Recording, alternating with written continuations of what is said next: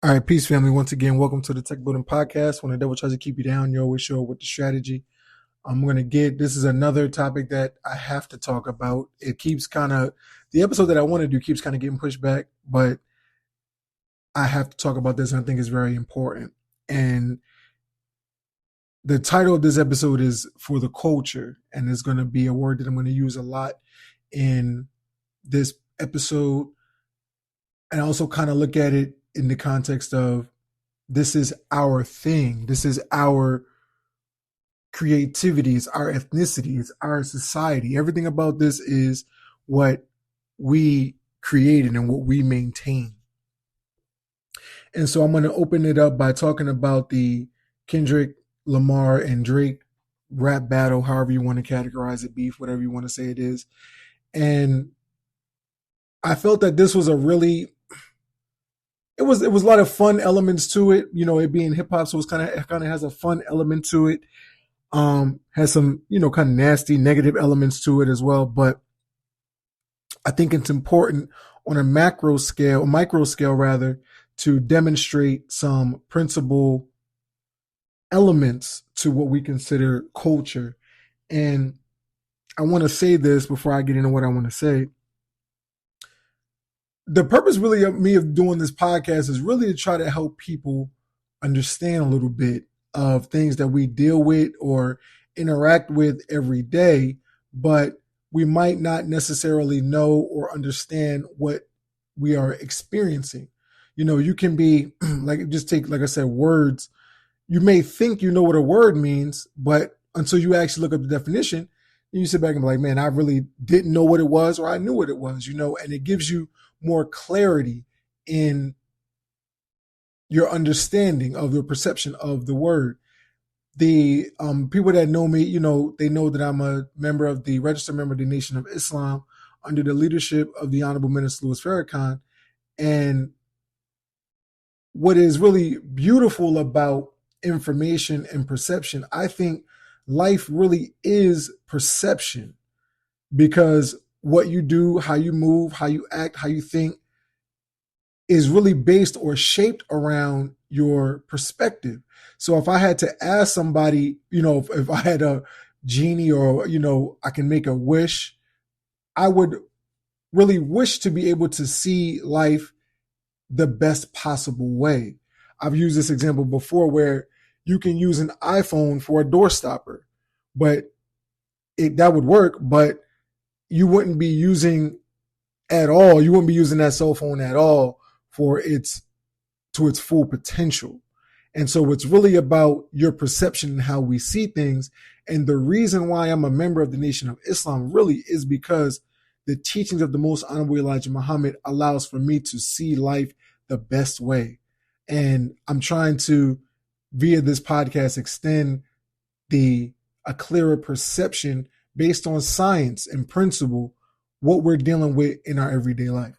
So with that being said, I'm going to get my wonderful brother J. Cole out of the way first, because he was kind of like the first casualty, if you will, of this, whole engagement, if you will. So what I felt was what J. Cole's mistake was, I believe that his Might Delete Later album was finished. That's what I believe. And I also believe that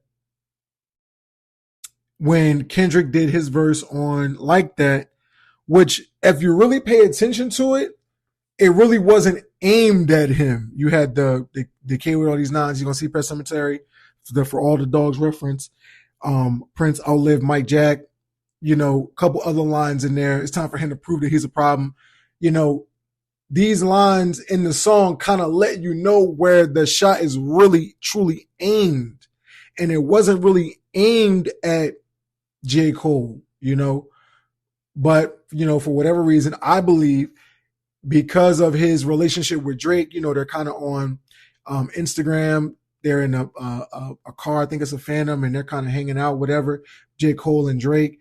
And I feel that relationship put a battery in J. Cole's back. And if you listen to the Might Delete Later album, Now, everybody that knows J. Cole knows that he talks, he's very confident. He's very, kind of braggadocious when it comes to his skill set and his position in the hip hop, hierarchy, if you will, especially if we're talking about in today's generation.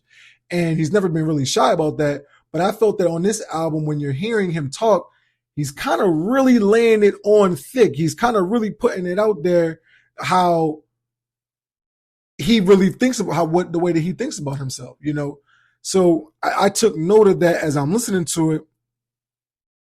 And I think I listened to, because it was Ramadan. And I remember I got up one morning and the 7-minute drill song was out and I'm listening to it. And I'm like, okay. Then I went back and listened to the album. And so it's getting me into the mindset of J. Cole. The minister says in his lecture, the Honorable Minister Louis Farrakhan says in his lecture, The Mind of God. I'm paraphrasing, but he says, you got to get into the mind of somebody to try to understand their motivation, why they're doing the thing that they're doing, why they're writing the things that they're writing. And so as I heard J. Cole's lyrics, I forget the song at this point because I haven't heard it in so long, but you can hear in the content that J. Cole has at least thought about the engagement that he's getting ready or that he's entering into, And so I remember listening to it and I'm like, okay, J. Cole is ready for, the action. He wants smoke. So I'm like, okay, good. Listening to the Like That record, I was like, all right, Kendrick is not playing. Like that was my first initial reaction to the diss record where I was like, all right, Kendrick's not playing, talking about, I'll crash out this Melly Mel if I have to, he's talking about, like I said, all the kid with all these nines, you're going to see Pet Cemetery, the line, like I said before, that was just super crazy was Prince outlived Mike Jack. That's when I knew Kendrick was not playing.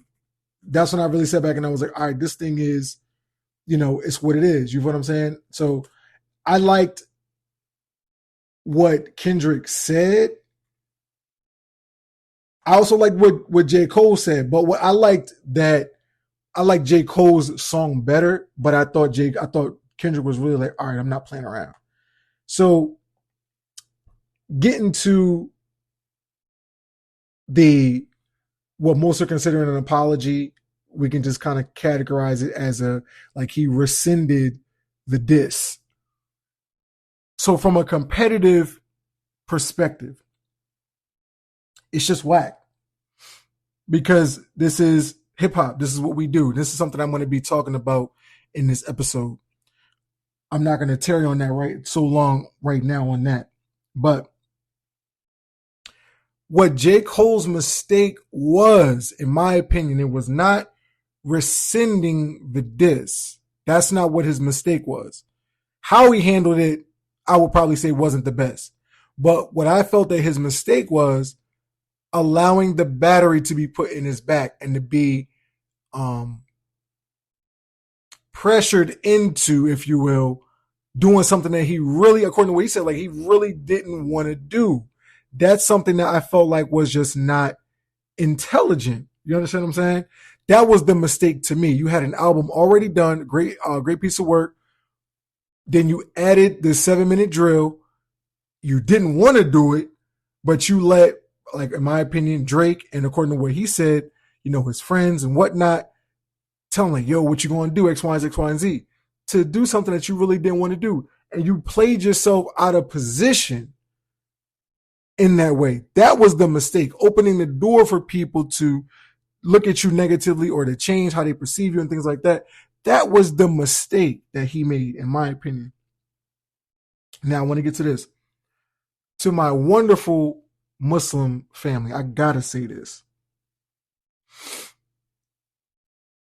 We have to be very careful how we look at and how we analyze these situations that go on in the world. Now, I want to say it like this.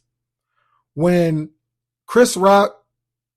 when Will Smith slapped Chris Rock, we had all kinds of Muslims, registered Muslims in the Nation of Islam, saying, this is how you defend the black woman and this is how I would handle, my wife, or, somebody disrespecting my wife. This is how I would handle a brother, X, Y, and Z, X, Y, and Z. And using the teachings of the Most Honorable Elijah Muhammad to justify that type of behavior. Not using the minister directly, but using the teachings under the leadership of the minister to justify that kind of behavior. And then we fast forward to the situation with Brother J. Cole. Again, we're using the minister, we showed J. Cole's picture with the minister and talk about how they're brothers and X, Y, and Z, which is all true and all valid. This is where the line of using the minister, to me, we have to be careful. Because, so J. Cole, let's say he wakes up Monday morning. I know the song probably didn't come out on a Monday, but he wakes up Monday morning, he's getting all kind of text messages that, Kendrick dissed you, X, Y, and Z, X, Y, and Z. So he probably runs out, listens to the song, whatnot. Then he's like, oh man, okay. Then like you said, his peoples are hitting him up. Yo, you gotta, respond, what you gonna do, X, Y, and Z, X, Y, and Z. Okay, now I'm driving to the studio. So in our teaching in the Nation of Islam, we're taught to settle on the best part. I'm not gonna publicly disrespect or attack a brother or sister. We've seen this example by the minister, 100,000 times. So he's going to the studio. Man, I gotta write, I'm gonna do this track or whatever. The teaching of the minister that he got is in his head already. Driving to the studio. Now I'm writing down the lyrics. This is still your brother, J. Cole. The minister still has told you X, Y, and Z based on, the teachings. I'm not going to go against your brother in public, but I'm writing the lyrics. We're putting the minister to the side is the point I'm trying to say. So writing the lyrics down. Okay. Then I'm going into the booth. I'm recording the song. Ignoring, I'm not trying to say ignoring intentionally, but putting what I know better to the side. So now you've recorded the song. Now you're playing the song back. You're listening to it. Okay. Still your brother, J. Cole. So my point is, from the time he heard about the song to the pressing upload on the song, the minister's voice, I'm sure, was in your head every step of the way. And you decided to, as the minister put it, kill the messenger of God that's inside of all of us. But you decided to put what you knew better, both in a physical sense of the word of what you heard and in a spiritual sense of how you really felt about it. He said himself, he didn't really even want to do it. So we put that to the side. So I'm saying this to Muslims. So when we then take the brother's behavior and then we put it next to the minister saying that, he's looking at the situation through the minister's eyes, we tried to use the minister and the teaching to justify Will Smith slapping Chris Rock. The minister would not approve of that. We would not, anybody in the nation, if you were to do something like that, a brother makes a joke about your wife or whomever, and a brother was to go and slap that brother in the mosque, he'd be put out the nation. That's our way. So for us to go in there and justify on the internet and justify our brother slapping Chris Rock, our brother, that's not our way. And then when we have this situation of J. Cole and going against Kendrick Lamar, again, we're using the minister's words, we're using the minister's perspective that we don't really even understand fully to justify what we're seeing. The minister doesn't even want us to be posting his lecture clips on the internet because we're taking it out of context. So when we're using his perspective in these micro situations, it makes us look a little crazy. We got to take a step back. And it makes us look a little bit contradictory. So we have to be careful as Muslims with how we go about demonstrating, displaying our way of life on the internet. I had to get that out the way real quick. So that was J. Cole's mistake, in my opinion. So now we're moving on to Kendrick and J. Cole, Kendrick and Drake back and forth. So what was the first song? I think the first official track was Like That. And then Drake comes out with the song Push Ups. which I thought, to me, the original beat with the Get Money sample in the back, to me, that was the better sounding beat. I thought the song sounded better on that particular beat. Then when I heard the official, version on YouTube, I thought it sounded a bit worse. I didn't think that it sounded, as good. You know what I mean? But I like some of the things that Drake said. You big stepping with a size 7 men's on, things like that. What else did he say in the song?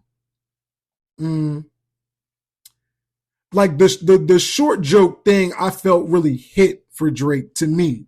You know what I mean? Yeah, talking about Rick Ross, I thought that was funny. And throughout this whole battle, I thought Drake did a great job with the jokes. I think Drake is probably a funny person, in real life. The angle of trying to kind of, I guess, son Kendrick to a degree, I thought that was a good angle. What's a prince to a king, his son, on the surface level? That line I thought was a hitter. The Metro line was probably one of Drake's biggest quotables from the battle. My favorite line from the joint was something where he talked about, I just to talk to you, I had to hike down him at the top of the mountain or something like that.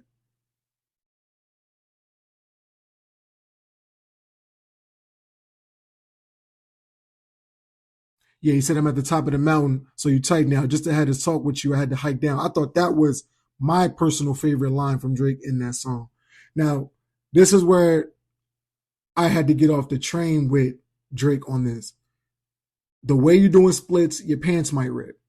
Bro, that line's not good. That line actually sucks. The line is it's really a bad line. You know what I mean?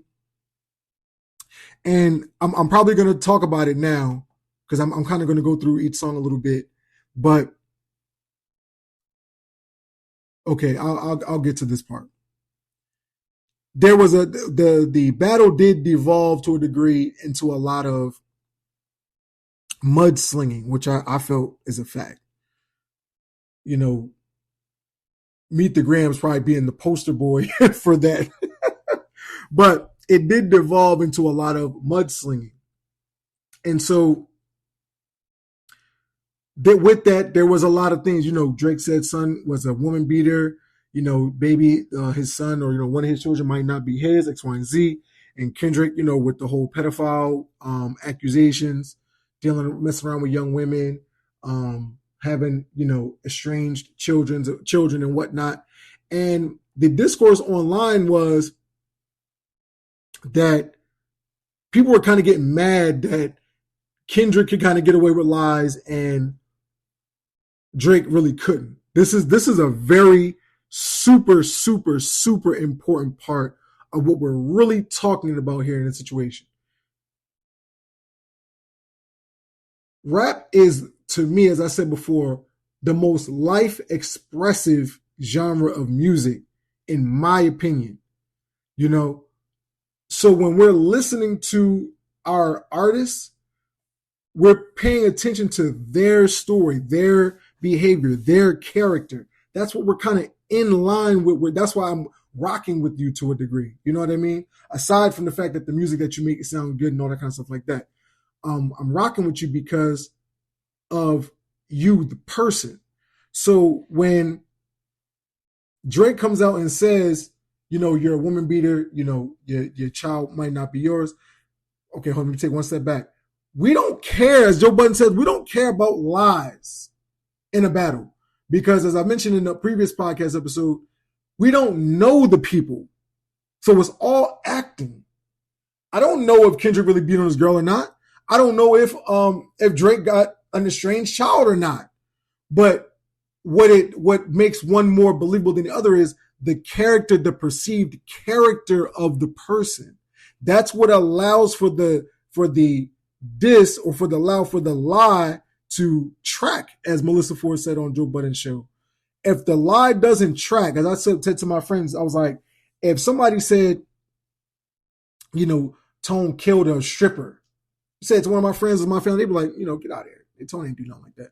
But if a person said, now if I'm in a battle, if somebody's dissing me, somebody would say, Tone yelled at a stripper, then that's a more believable lie than me killing a stripper. You know what I mean? So Drake, the thing that Drake really misunderstood and mishandled in the battle part was your character lined up too much with what Kendrick was saying. He just lined up too much with it. There's, videos on TikTok, all these kind of things like that, where it just makes you look crazy when it comes to these accusations. Kendrick doesn't have anything like that in his, atmosphere, for lack of a better term. He doesn't have things like this in his atmosphere to where these things could attach itself to Kendrick. So it's really about the perception of the person's character and what we're dealing with that allows for certain things to track, to attach itself to a person. But at the end of the day, nobody cares about lies. There was a big popular battle between two of my favorite battlers, Murda Mook and Tay-Rock. And in Murda Mook's third round, he was getting into, these kind of, Tay-Rock dealing with transgenders and talking about he had an audio file and all that kind of stuff like that. To me, in a battle, like in a formal battle like that, I don't really count those bars because, bro, you could just be completely making them up. You know what I mean? Then he's like, I'm going to put out the audio and all that kind of stuff like that. It's like, bro, he never did, But this is the problem with mudslinging is like we don't know if it's true or not. The same thing in battle rap. Talking about Rum Nitty used to work at Walmart. T-Rex is a nurse. Tay-Rock with the transgender joint. I remember back, K-Shine was saying the Sue Surf, he was dealing with a 16-year-old, something crazy like that. You feel what I'm saying? We don't really care if it's true or not. It's really about how you're presenting it in the battle and is it effective? That's really just the whole point about the whole thing. I think people was getting so bent out of shape because but hold on, let me say this too though. The jokes that Drake had like on Family Matters, when you beat your girl, is it domestic violence because she's bigger than you? The short jokes and whatnot. When you using the domestic violence accusations in a comedic way like that, those hit. But when you trying to make it, as you said in the Heart Part 6, all of my stuff is facts. It's like, bro, come on. It's just not believable. And unfortunately for Drake, fortunately for Kendrick Lamar, his character, and see, this is not, as they say, glazing. I don't even like that language. Pause. I don't even like that language. But the trying to be like a fanboy or a stan, it's not being a fanboy for Kendrick. This is what's on his jacket. This is what his character perception is. Unfortunately for Drake, this is what your character perception is. So it's not that people are just, like I said, being Omega fanboys for Kendrick and trying to hate on Drake. It's about the character and the perception of the person that plays a role into what lies can fly and what lies kind of get shut down, right? You'd be like, okay, bro, that like when Kendrick said, my first one, like my last one, it's a classic. You don't have one. That's enough of a lie or a question mark for it to be passable to me. I remember on the Joe Budden podcast, it was kind of saying like, Drake has facts or whatever. Okay, praise be to Allah. I'm not hating on that. To me, that lie was passable enough in a battle when Jadakiss told 50 Cent, you got the weakest flow out of everybody on your crew. Now, that's just outright true. You understand what I'm saying? But then when Nas was talking about compared to Beans You Whack on Ether, that's a good enough lie to pass. You got to be strategic with how you lie, how you try to make somebody be perceived in a battle. I know I'm believing this, but I really want to make this clear because this is a whole big thing. Like, oh, people they letting Kendrick say whatever and get mad at Drake because he can't say whatever. Bro, it's really not whatever. It's kind of like an art to doing the thing. You got to know how to make your opponent look in a certain kind of way. You understand what I'm saying? And Drake overestimated his pull in the court of public opinion. Okay, let me move on. So now after Push-Ups comes out, then comes the tailor-made, freestyle, which I thought was whack. I thought this song was really completely whack. You know what I mean? And I felt that the AI was trash. Like I thought that whole angle, I guess I will give it credit to a degree for innovation. Probably the first battle or first, diss track to use AI. Well, it was cool. But the lyrics of the song was just complex, especially in hindsight. Especially in hindsight, it did not hit at all. So I'm not even going to go over any lyrics in that joint. I thought it was trash. I didn't think anything about it was good. But what I liked about it when Drake said, as soon as you decide to drop, I'm going on the loose. And he was like, going on the loose. I'm like, okay, Drake. Like Drake was looking for smoke. And I'm like, the whole nah, you following through. Like, I thought that was fire as far as posturing is concerned. Like he's looking for smoke. You dig what I'm saying? I can appreciate that and I can rock with that. You know what I mean? From a battle perspective. So yeah, he says, as soon as you get the courage to drop, I'm out on the loose. You feel me? I'm like, okay. So then we have Kendrick dropping Euphoria. And I don't want to make the episode too long, but Euphoria is such a great and amazing song. I really felt like Euphoria to me, that could have been it. Kendrick could have just dropped Euphoria. Now in the court of public opinion, where people were very narrative minded, people would have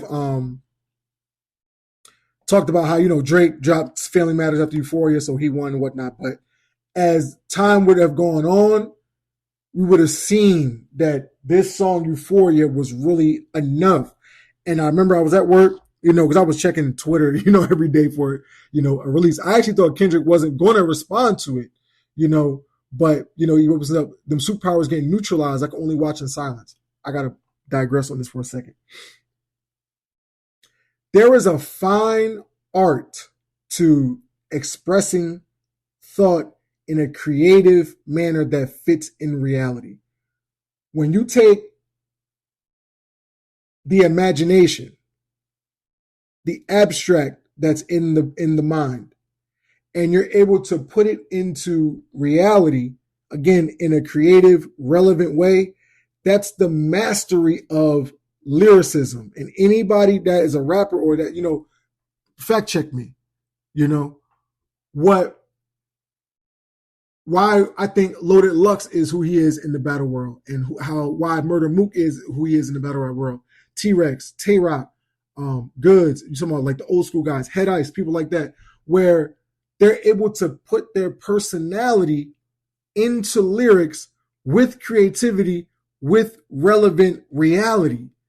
The mixture of all of these components into a rhyming speech pattern, if you will, really demonstrates the mastery of the craft.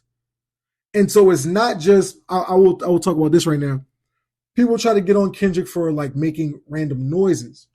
I remember on the Like That joint, he's saying like making the aw sound. And a person could hear that and write that off as just some arbitrary, random, strange, obscure sound that he's just putting into a song to try to be creative. First of all, the way Kendrick is rapping is just it's like crazy. It's very like his tone of voice, his enunciation is super crazy. I don't think people really pay attention to even just that part, where how he just even pronounces words. Kendrick, I think, is kind of known for like really strongly enunciating like the T syllable, not just the push a T. Like, that's funny, but I'm trying to think of a lyric where he like on the verse, the nostalgia verse, and he was saying he's mentioned 10 a couple times, and 9 times out of 10, and then he rhyme like when there's tension in the air, 9s come with extensions. The way that he's enunciating the T in there, it's like, bro, it makes it crazy. Like it makes where it's like a creative explosion when you're thinking about the confines of a rap verse. how he's able to kind of pack all of this creativity into a sentence or a bar or whatever the case may be, or in a verse, is really like mind blowing. So when you go into like the awe sound that Kendrick is making, again, you can write it off. This is what I'm talking about with perception. I'm not going to go super into this. It's going to take me off my topic. But when we get into the perception of understanding what we're hearing, you understand what I'm saying? You have to be aware of what's going on in order to even be able to perceive it. When I'm listening to somebody, I'm like thinking about what they're thinking about as they're writing the rhymes. You understand what I'm saying? So when I'm hearing Kendrick Lamar on that verse, hold on one moment.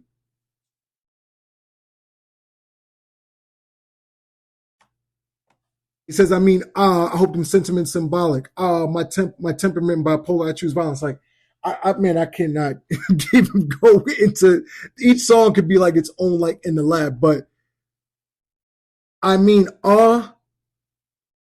it's like he's taking the thought train and the emotional attachment to what he's feeling. It's almost like a TV show, it's like a commercial, it's like a cartoon, but he's like serious. And he's expressing it and he's talking in a crazy type of way. If you're talking about Kendrick on like a song like Rigor Mortis or, Ronald Reagan era or, ADHD, to this, you almost sound like two different people. To me, that's just crazy. You understand what I'm saying? I'm sorry. I'm yelling, but I'm sorry. I get turned up over really strong creativity. I'm gonna leave like that alone. But the sound that he's making on that song really demonstrates the depth of creativity that Kendrick really has when we're talking about speech and enunciation. I think Kendrick is king onomatopoeia. The way Kendrick puts sounds in his verses makes it crazy. So when he's saying them superpowers getting neutralized, I can only watch in silence. I'm not gonna break down the whole song. But when you look at Drake, it's like he's like, people looking at him like Thanos. Especially when he said the line from Push-Ups, what is this, a 20v1? You know what I'm saying? So he kind of has this aura like, yo, he's like more a larger than life, like a superhuman being. So when he says them superpowers getting neutralized, you're looking at it like, yes, the vibe is starting to feel different. The famous actor we once knew is now looking paranoid, now spiraling. You're moving just like a degenerate. Every antic is feeling distasteful. The AI joint was like, all right, bro, you feel me? Especially I'm pretty sure people that love the West Coast, love Tupac, love Snoop Dogg, like, bro, like that was probably corny to them. To me, it was corny, I was gonna mention my huge reach, but I don't want it to make it seem like I'm being a Kendrick stan. So when he gets into the second part of the song, again, I'm not gonna break down the whole song, man. Maybe I will go back and break down the whole song in a shorter episode, but I'm not gonna do that right here. He does the whole shoe thing, and he's saying, people are saying he did 6 B's, like B, did it 6 times to kind of signify that he was shooting the hour or whatever. The beat selection on Euphoria was so crazy to me because it was like not of the norm. Now, maybe for Kendrick in his current iteration was the norm, but it was really, I'm like listening to these beats and I'm like, that's crazy. Like bro, I don't even understand how you, like, these people making this joint. You understand what I'm saying? But yeah, I'm out the way. I'm low. Okay, this element here is remote. Okay, I ain't thinking about no reaper. I'm reaping what I sow. Again, the way this brother is using language, you have to, when I'm listening to bars, I'm really visualizing and I'm thinking about, again, why he's writing what he's writing. So the image that you're giving me, you say, this island right here is remote. Okay, I ain't thinking about no reaper. I'm reaping what I sow. You're putting me in a visualized, almost deeply introspective, almost emotional or sentimental thought process. You understand what I'm saying? Bruh, it really is really, it goes that deep. It really is that serious when we're talking about the creativity. So then he's saying, I'm gonna skip ahead. Then of course he has the Parkinson line. You know what I mean? Everybody, that's one of Kendrick's quotables. I will digress on that for a quick moment. The quotables from Kendrick in this battle, period. The quotables were OP. Like the straight up quotables were super OP. The brother was just he had quotable after quotable in this battle. And this sort of when you hear the Parkinson line, it's just super crazy. You understand what I'm saying? The first time I shot me a Drake, the homie had told me to aim it this way. I didn't point down enough. Today I show you I learned from those mistakes. That is just crazy. You know what I'm saying? Like the way that he's putting it together again and his tangible reality. If Drake gets Drake, the artist gets up on there and says, the first time I shot me a Drake, if he said those lines, it's not going to hit the same because his perception as a character does not translate the same as Kendrick. Man, somebody had told me that you got a ring on God, I'm ready to double the wage. I'd rather do that than let a Canadian N-word make Pac turn in his grave. Then, of course, cut the business. He said, what'd he say? Oh, okay. You got it twisted. What is it? The braids? That was probably the biggest meme of the entire battle. I hurt your feelings. You don't work with me no more. The way he's rapping these lines is like, again, it's very like speech heavy, enunciation heavy, where he's like, I'm on a beat. I'm rapping in a rhythmic way. I'm doing the thing in a melodic way, so to speak, or I'm in synchronization with the beat. But it's like I'm almost able to fit myself in that structure. As I mentioned in the Anatomy of Greatness episode, when you are able to operate within limits but still demonstrate your greatness or demonstrate your talent in a given field, that's what really you were able to absorb the greatness from the person. Like I said, when a person is doing a high dive in the Olympics or a person is doing a gymnastics routine, you can only stay in the air for so long.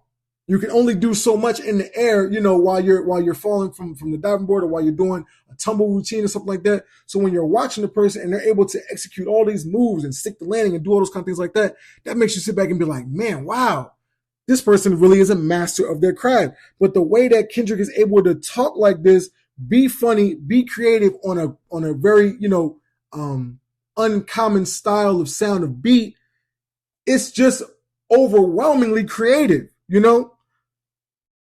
I love him to death. He said in 8 bars, I'll explain that phrase. Now, I don't really know how to count bars. I feel like I know a little bit more now because people have done it on like TikTok, on the internet, due to this particular, portion of the song. But Kendrick almost allows for you to count. He almost allows for you to count the bars when he switches up and he's like, I love him to death. In 8 bars, I'll explain that phrase. It's nothing nobody can tell me. The way that he's putting that part, you're almost even able to count it based on that. I feel like I'm gonna get probably, I don't know, people are gonna look at me crazy for this, reaction because I'm so enveloped in this style of creativity. But then he says, I got language barriers. It's no accent you can sell me. Drake is known for having, like I said, he from London. He from Africa. He from, Houston. He from Atlanta. He from wherever he's rapping at, that's where he's from. And that's just not hip hop, period. You understand what I'm saying?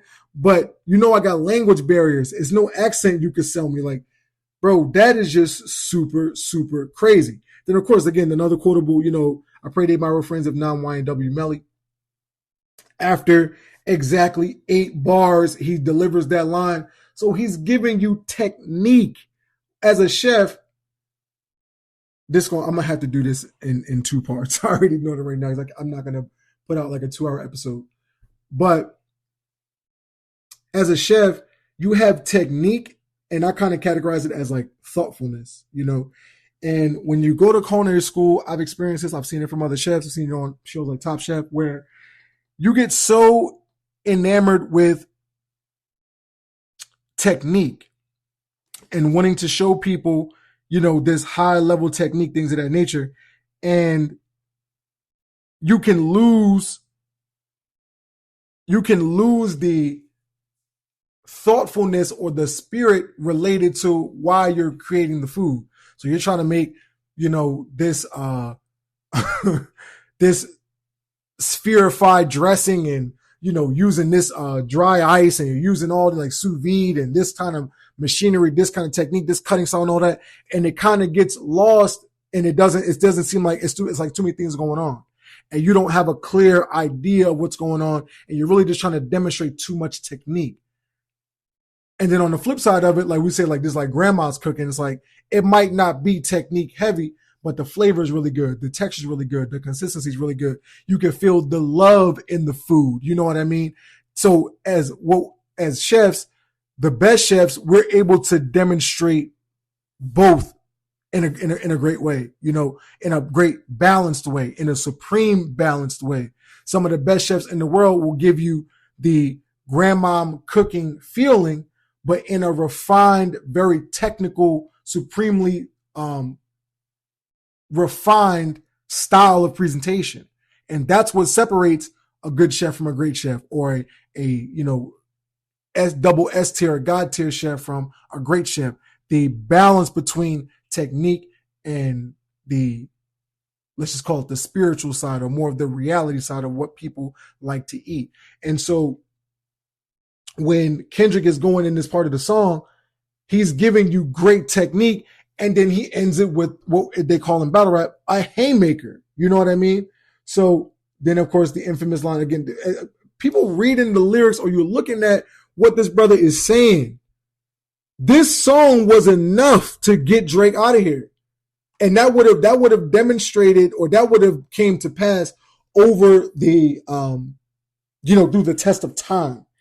Okay, like I said, Kendrick dropped this, then Drake would have dropped later on, Family Matters. Everybody would have been saying Drake won.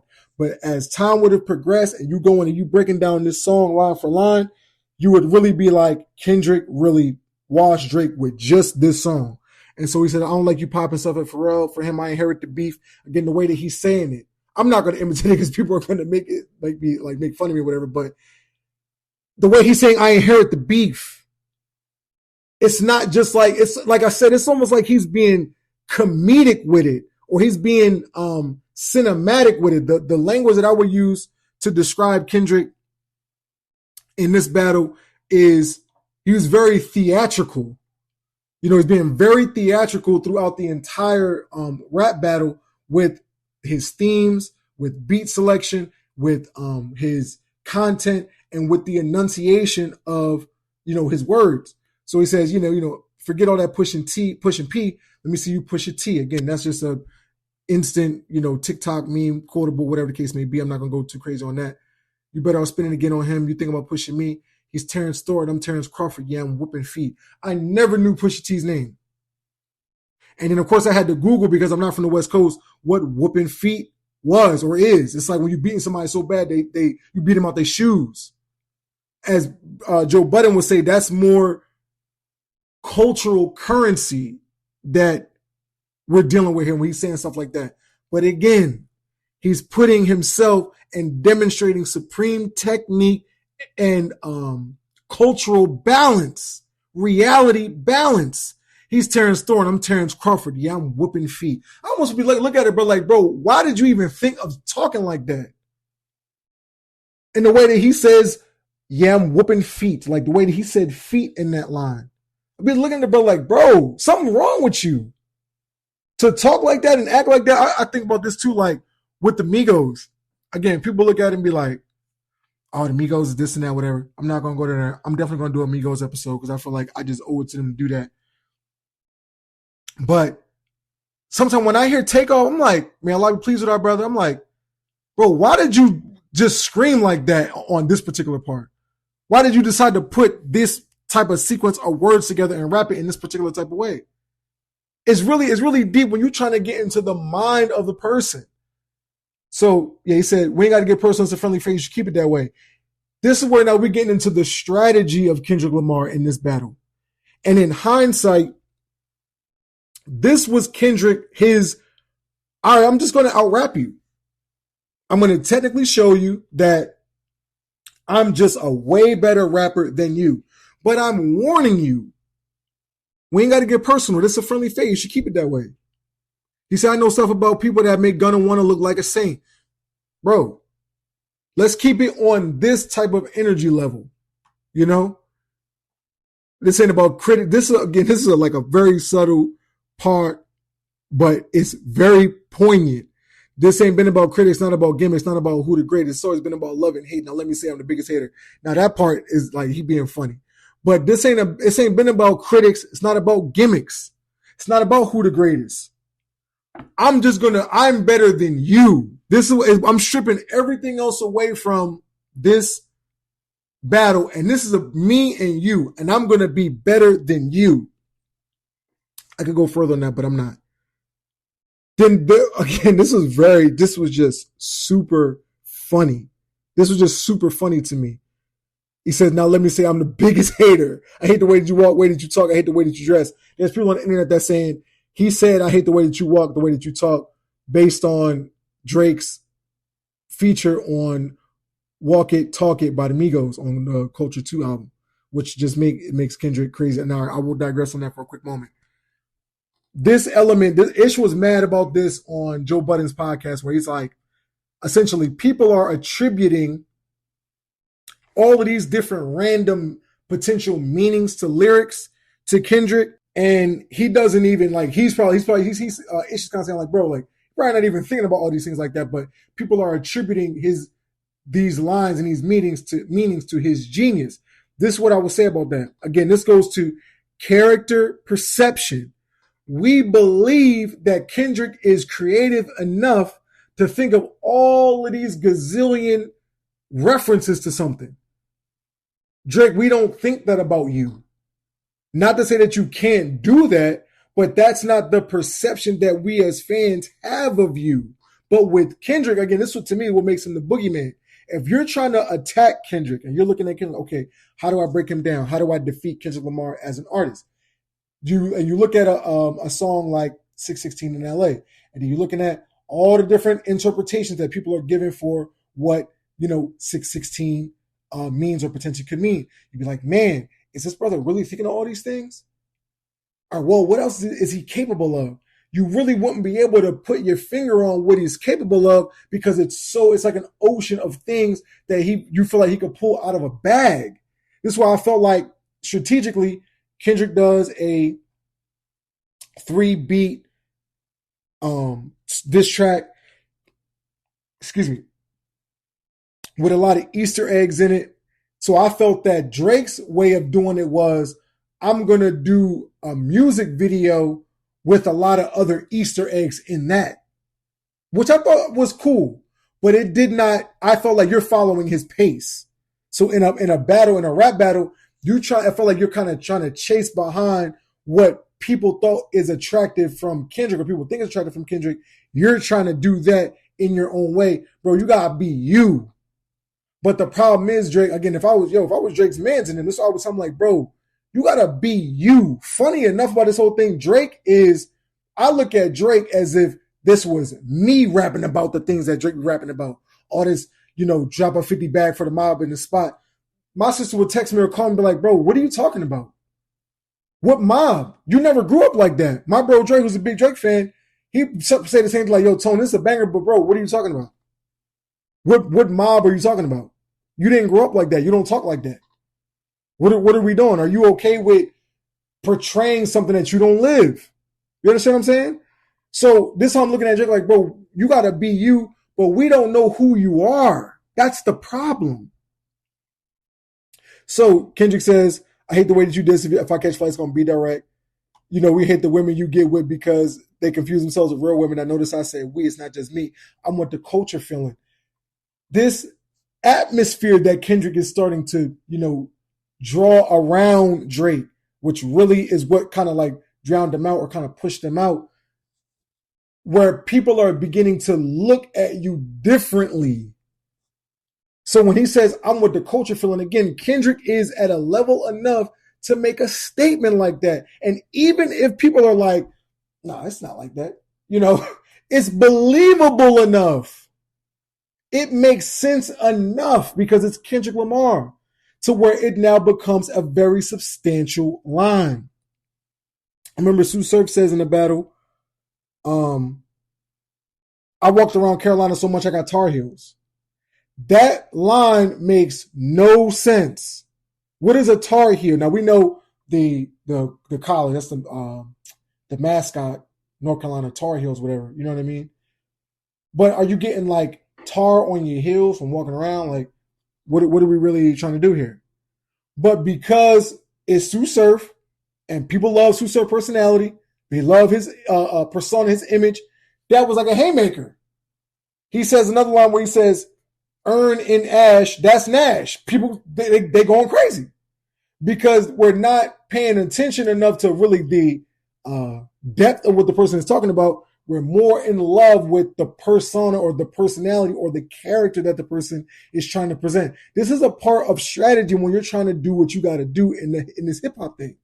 When you're trying to really break somebody down, but it takes somebody like for Surf, it was Loaded Lux. It takes like a Loaded Lux to now you're equalizing the persona battle. In the, he had beef with Joe Budden, he had beef with Meek Mill, he had beef with Pusha T.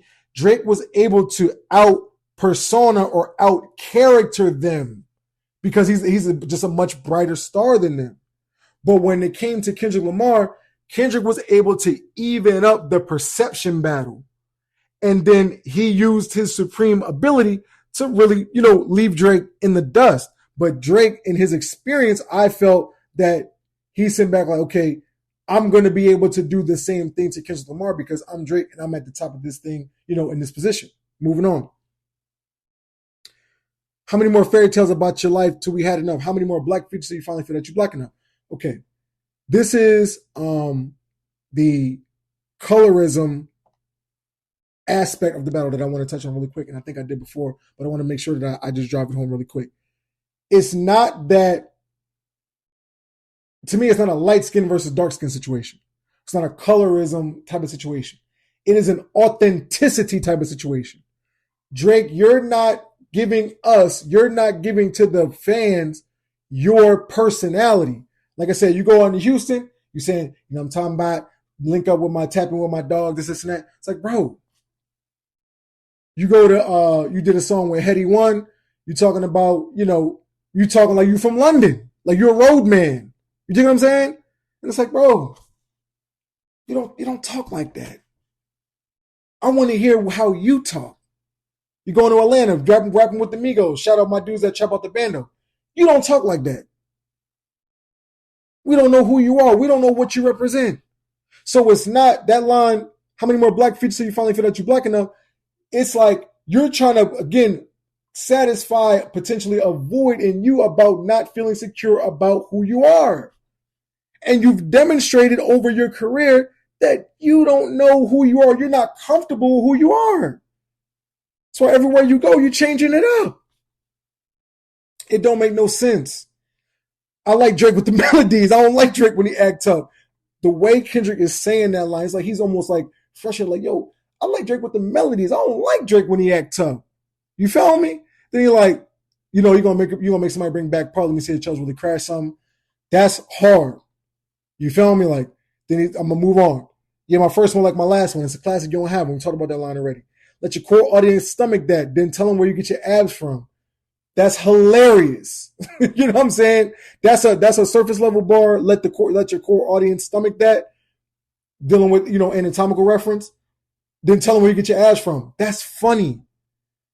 V12 is a fast one. People on the internet, they're showing that a V12, whatever that V12 thing is, it's like a machine that they use. That's how they do the artificial abs. And again, you'd be like, yo, Kendrick, did you really Google that? Like, you feel me? Like, and then you like, yo, he probably did. This dude is insane. V12 is a fast one. Then the way he does the bow, bow, bow, like, it's not like Kendrick is like, just like, no, he's like, bow, bow, bow, He's like, bow, bow, bow. Like, you can hear the inflection or you can hear the plosive going into the microphone. He's like not playing. I'm pretty sure people have watched, maybe not a lot of people watched it, but I'm pretty sure Dre has seen this, where it's like, when Lil Wayne's in the booth, he's like spazzing. You know, he's like going crazy. You know what I'm saying? I remember they did the little like behind the scenes of Lil Wayne recording his Show Me What You Got. He like in the microphone and he's like going crazy. You know what I'm saying? So you kind of get a mental image of what it's like when somebody's recording the music. But when Kendrick, he's like, bow, bow, bow, you can hear that he's like, yo, he's not playing. Then he says, headshots for the year, you better walk around like Daft Punk. That line is just super insane and stupid. It's just crazy. This brother is really crazy. Something is severely wrong with this man. Then you have the temperature change of the song. And what I like when he says, remember a top dog, who they think they're playing with, Drake is name dropping the brother. I don't know his real name. I don't really even know who he is, all like that. But I know TDE, Top Dog Entertainment. So I would imagine he is the namesake behind that record label or that group. And Drake is name dropping this brother, and he's saying, you know, Top is telling you, you know, dropping Give Me 50, whatnot. And he's trying to make it seem like Top Dog and Kendrick are separate. And Top Dog is using Kendrick, you know, as in this little boy type way. You feel what I'm saying? But when Kendrick says, remember, a Top Dog, who the F they think they playing with? He's squashing that. It's almost like Top Dog is in the booth and he's like, bro, he thought he had one with that. He thought he made me look in a certain kind of way with that. Then he's looking at his mans and he's like, yo, who they really think that they playing with? And his man's probably looking at him like, yo, I don't know. He got the whole situation looking crazy. But you hear Kendrick, or you hear Kendrick's tone change. I'm gonna go back real quick.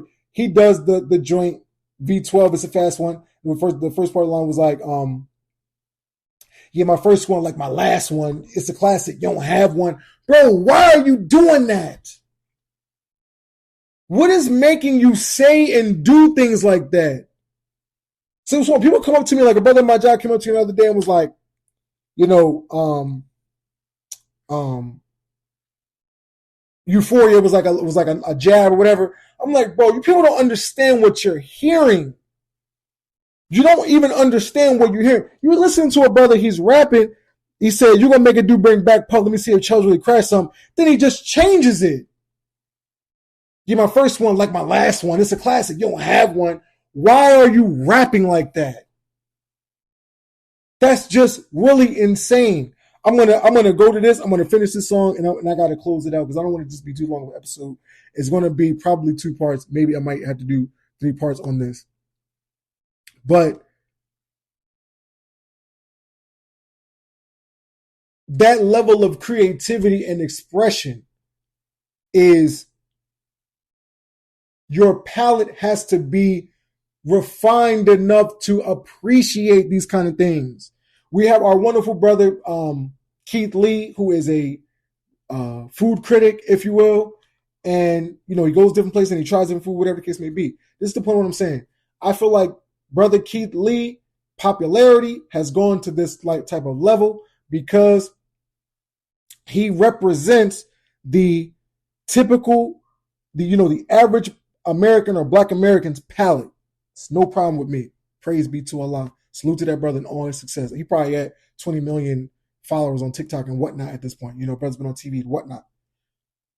The point of why I'm even bringing up, brother, is we have to, or it is intelligent to, elevate your palate to more refined tastes in this food category. When I grew up, we was drinking those little quarter waters, those little hugs, whatever. We was eating fruit by the foot, blow pops, kind of things like that. So we like, cherry's not a flavor, or cherry's not a fruit, it's a flavor. But there's no such thing as blue raspberry. But I grew up thinking there was such thing as blue raspberry. What does that taste like? What does that mean? Whatever the case may be. Dave Chappelle says in the joint, in the stand-up, he says, the Sunny D commercial. He's like, children are reaching in there for the Sunny D, whatever. And then he's looking, he's like, I want that purple stuff. Like, purple is the flavor of the Kool-Aid. That's how we grow. That's how I grew up. So when you're growing up and you drinking black cherry Coke and you taste a cherry, you think that it's nasty. You're like, oh man, I don't want to eat that. That's gross.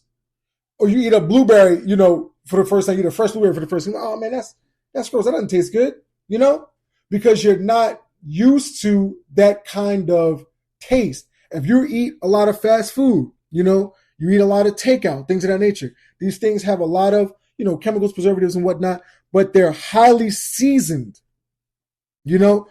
I'm back up. I'm digressing, but I got to get this up because this is very important.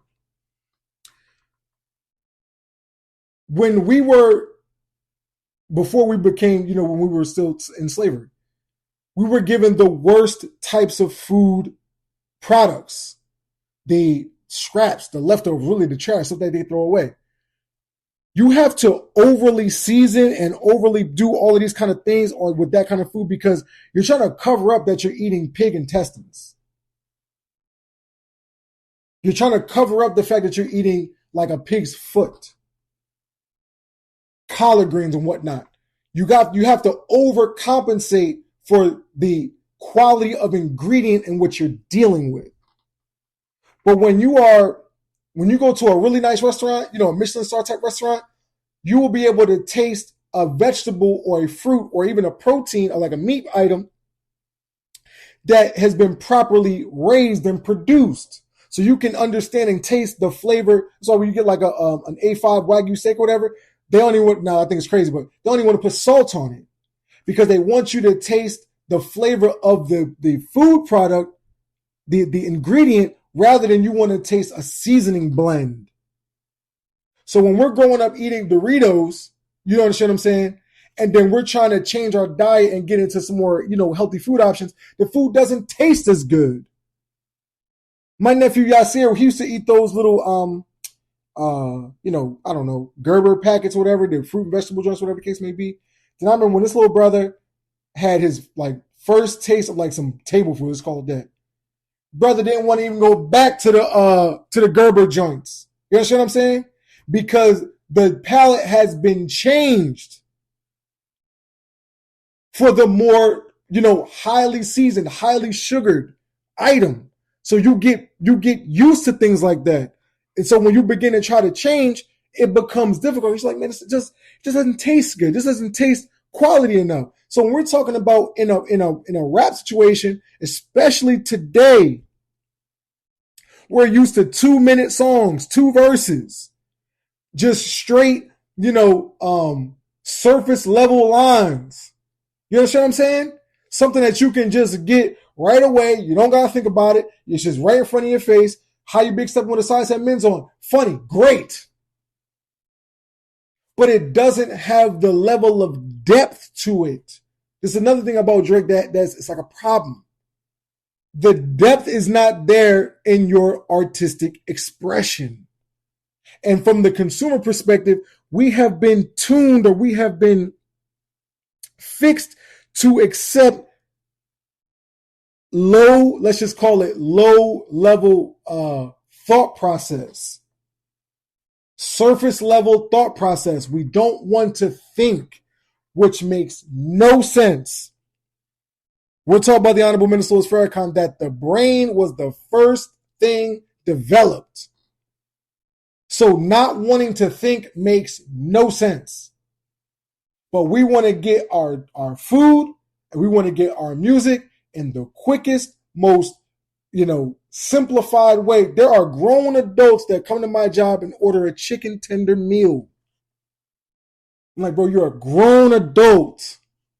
How do you even feel comfortable ordering a chicken tender meal? You're 30 years old. Come on, bro. We have to develop our palate, refine our palate. So if your palate is not refined and you're making a judgment, your judgment is not well informed. You're speaking on a subject in which you're not well informed. So your perspective our perspectives are already limited. I'm not going to go down that road. But when you're not even availing yourself and trying to refine your palate, avail yourself to information and refine your palate, your perspective is even more limited than it really is in the macro or the grand scale or grand scheme of things. So when you're listening to a song like this, the YNW Melly stands out, which is cool, makes sense. the Parkinson's line stands out, makes sense. You understand what I'm saying? But the more nuanced things that Kendrick is saying, like I said, just the changing of the voice, the bow, bow, bow, how he's saying that so emphatically. You understand what I'm saying? These things don't resonate with you as much because we are just not used to things like that. We have to increase our intelligence. You can only, your perception is only as, it can only go as far from what you understand. If you don't understand more things or in-depth things about the subject, then you're not going to be able to perceive it in the right way. I'm going to finish going through the song real quick, then I'm going to wrap it up. So, a top dog, who the hell they think they're playing with? A social mom on the name as soon as you jump off that plane. Crazy. I'm allergic to the lane-ish. Only you like being famous. Character attack. Character attack. Yachty can't give you no swag neither. I don't give a F about who you hang with. How he's saying this part. I hate the way that you walk, the way that you talk. I hate the way that you dress. Surprised you wanted that feature request. You know that we got some stuff to address. You wanted a feature from me, bro. Anyway, let's move on. I even hate when you say the word, I'm going to say it. I even hate when you say the word nigga, but that's just me, I guess. It's one of the funniest lines in the world. And then he said, but that's just me, I guess. Some stuff just cringeworthy. It ain't even got to be deep, I guess.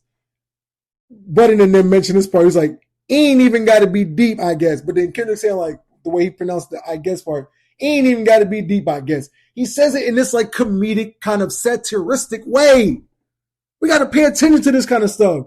Still love when you see success. Everything with me is blessed. Keep making me dance, wave my hand, and it won't be no threat. I'm warning you. I'm telling you. This is your lane. I like Drake with the melodies. I don't like Drake when he act tough. Because when you act tough, son, you're getting out of your lane. You feel me? He said, I know they call you the boy, but where's the man? Because I ain't even seen him yet. Then we get to the infamous sexy red line. I believe you don't like women as real competition. You might pop, the A word with him. Again, enunciation was crazy on that line. You know what I mean? But it says that's real competition. Like, that is just pure comedy. It's hilarious. Then he said, let's speak on percentage. Show me your split top. Make sure I double back what you assigned to the person that was assigned to the person that said it was assigned to that person. People were talking about, oh, he's repeating what Pusha T said. To a degree, I mean, for the most part, I agree with you. Because Pusha T did say something very, very close to that. But he's saying you were assigned to the person that assigned to a person that said he was assigned to that person. That's Bird, like he's playing like Birdman. I'm like, he's talking about this person. So he's kind of in that little sentence drawing a big, arrow towards Birdman, who we already know is infamous for how he carry himself. So that's what I thought made it individual in that regard. Try cease and desist on I like that record. People are going to get mad at me because I'll keep talking about it. But how he says the cease and desist on I like that record? Or what? You ain't like that record? Bro. All of this stuff goes into, and people saying that this song was 19 minutes. That is just crazy for this person to have this level of expression. It almost reminds me of when Robin Williams was doing he was the genie on Aladdin. He was doing all he would do, like he would turn to an elephant, he would turn to a bee, he'd turn to like all different kind of things. And he would use that to translate his message, or like how Bumblebee will use like a pop reference to really express what's going on, Bumblebee from Transformers. So it's like, so he's like, trying to cease and desist from like that record. He said, oh, wait, you ain't like that record? Then he's like, back to back. Oh, I like that record. It's like a satire. Like he's playing, but he's really rapping. And he's really serious.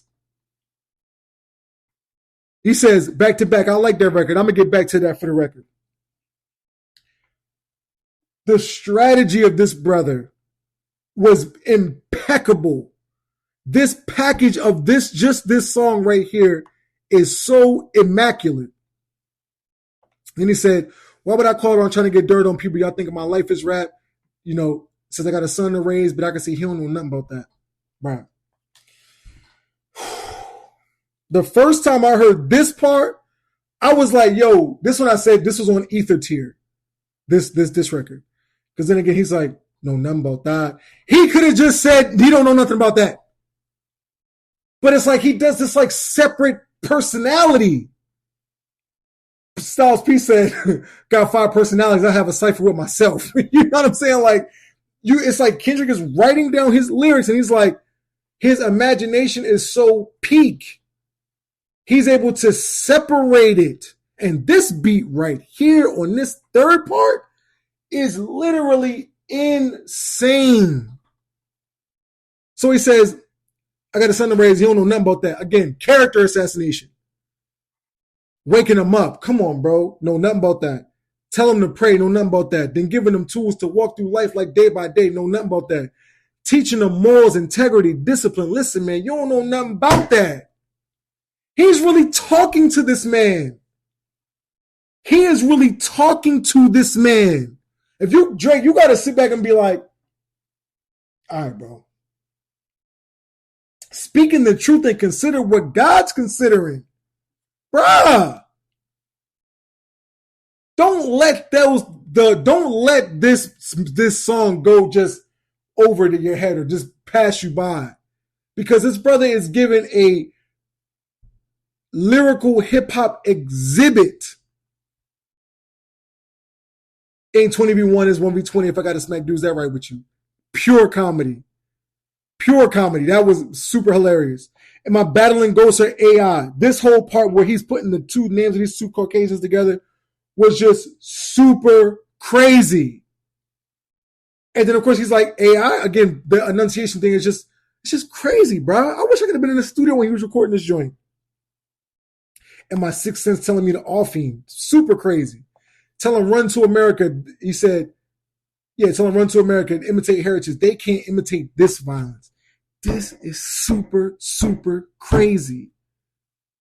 What I learned that people don't like the West Coast, I'm following it. I'll push the line with it, pick a dude up one at a time with it. Then he gets into the Crody part. Again, he's laughing. I'm joking, but I'm dead serious. Like I'm jokingly being very serious with you. It's really crazy to even put it like that. It can go deeper than family, Crody. Talk about me and my family, Crody. Someone gonna bleed in your family, Crody. When like I said before, I think I said this before, I never knew Crody was Toronto slang until I got on TikTok. I never heard Drake say Crody before. How? I be in New How King eating fried rice with a dip sauce and a blame me, Crody. Tell me you're cheesing, fam. It's like, bro. I mean, the last part that he says, I'll wave one finger and thump y'all. Like, and then he does like, it's so intentional, but it's so visual. This song was really enough. And then at the end, he says, if you take it there, I'm taking it further. Meaning I'm getting ready to drag this. If you go here, I'm going to drag it. You're going to be sick by the time I get done. Then he says that's something you don't want to do. I'm warning you. I'm really giving you a warning. And in this song, I gave you all different type of structure, all different type of patterns, all different type of, comedy, the whole shebang. So if you want to rap, I'm already really showing you that you're not even really close to me in the rapping part. But if you got to resort to slinging mud, I'm going to drag it. And see, when he said, I can even predict your angle, what I felt Drake's next mistake was he seen what led to victory for Pusha T and against him. And he sat back and he was probably like, all right, this is what the people want. They want me to sling mud and spill tea and do all those kind of things like that. That's my path to victory. But Kendrick is saying, bruh, you don't want to go down that road with me. You better off spinning again on him. You think about pushing me. He's Terrence Thorne. I'm Terrence Crawford. Yeah, I'm whipping feet. I'm getting you out of here if you play with me. Keep it rap. Drake got out of his lane, but this song Euphoria is really insane. I'm gonna cut the episode here. It's gonna be a part 2 at least, and hopefully don't go over to a part 3 because I really just want to get to the cultural element of what we're talking about in this hip hop battle. But I really had to stop and focus on Kendrick's creativity. Thank you for anybody that's made it this far. I definitely will. The part 2 is gonna be coming very soon. I appreciate it. This is another episode of Tech Building Podcast. When the devil tries to keep you down, you always show up with the strategy. Peace.